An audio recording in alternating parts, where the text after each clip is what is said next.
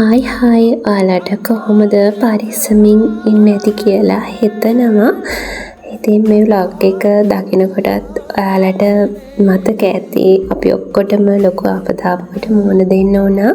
ඉතින් අපේ පැත්තත් මෙන්න මේ විදිහට අපේ ගෙදරත් ගම් අතරින් යට වුණා.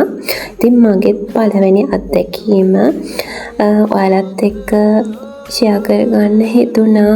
අපේ දුක සතුට හැම වෙලේම හැම මොහොතකම අපි හැමෝම එක්කෙනෙක් වගේ කියන තැන මට හිතුණා.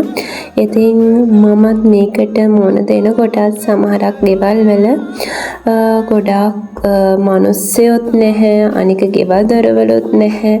විශේෂයෙන්ම අපේ මූලික අපේ ජීවිතේනේ වටින්නේ. ඉතින් ඒ අත්දැකීමත් එක්ක තමයි මේ ඔයාලා දකින්නේ. විශේෂයෙන්ම මම මේක කරන්න හිතුවේ වෙන දෙයකට නෙමෙයි. මේ වෙලාවේදී අපිට ගොඩාක් අය බැලුවට විශේෂයෙන්ම ත්‍රිවිධ හමුදා පොලිසිය, ඒ වගේම තමයි ගමේ ග්‍රාම නිලධාරී, සංවර්ධන නිලධාරීතුමිය, ඉතින් කෑම වතුර හැමදේම මේ විතරක් නෙමෙයි අපි සුරක්ෂිතව තිබ්බා. අනිත් ඒ තමයි විශේෂයෙන්ම අපේ ගමේ ඔයාලා මේ දකින්නවත් ඇති සමහරක් වෙලාවට බෙහෙත් ගන්න කට්ටියට අවශ්‍ය වුණා. ඒ තැන් සැපිරුවා.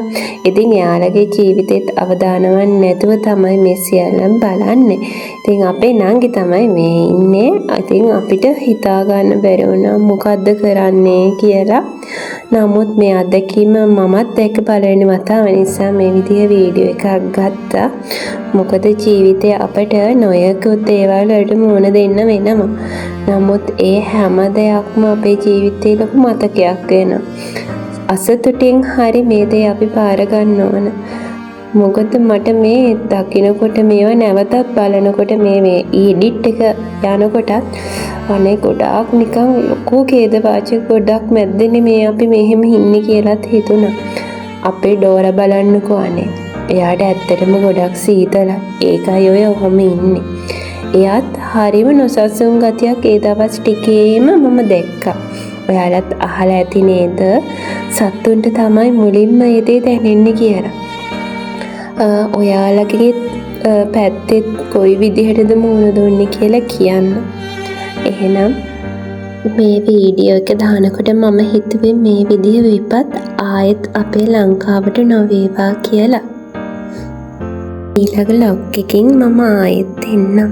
අපේ ගෙදරට කොහොමද යට වෙලා තිබ්බේ, ඒ විතරක් නෙමෙයි අපි අස් කරන්න කොච්චර මහන්සි වුණාද කියලා බලන්න. ඊඩෝර කාලෙකුත් එනවා. ඒ කාලෙටත් අපි මුහුණ දීමු ශක්තියෙන්. ඔයාලත් පරිස්සමින් ඉන්න. මේ මාසේ ගොඩක් ඇහි තියෙනවා. ඒ විතරක් නෙමෙයි අපි යන හැම තැනකම අපි පරිස්සමින් යමු. එහෙනම් ඉතින් මේ ලොග් එකෙන් මම යනවා. බලන්නකෝ අනේ මෙයා එහා පැත්ත බලනවා, මෙහා පැත්ත බලනවා. මෙයාට ඒ කාලෙදි දැනුණ ලොකුම දේ බලන පැත්තක් ඇත්නම් මෙයා ඉපදුනත් හරි මෙහෙම වතුරක් දැක්කම පරිස්සමින් ඉන්නේ. එහෙනම් ඔයාලා හැමෝටම බුදු සරණයි. අලුත් ලොග් එකක් අරගෙන එන්න. මේ වෙලාවේදී අපි පුළුවන් විදිහට අපි හැමෝටම පිහිට වෙමු.